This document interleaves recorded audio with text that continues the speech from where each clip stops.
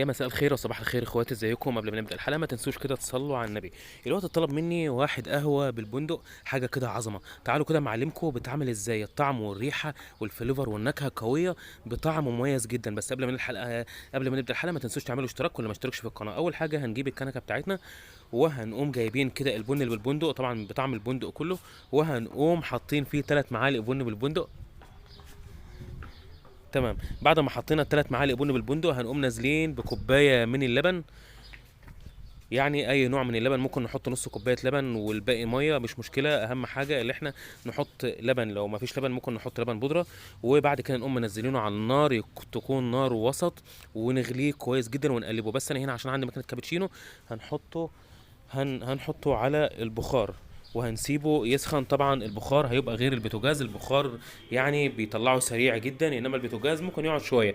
بس ده الطبيعي وعادي خالص يعني. تمام. بعد ما خلص كده وبقى تمام كده وزي الفل، نديله كده دبه كده على رخامه، وبعد كده نقوم منزلينه في الكوبايه. طبعا نازل تحفه تحفه وطعمه جميل جدا جدا يعني.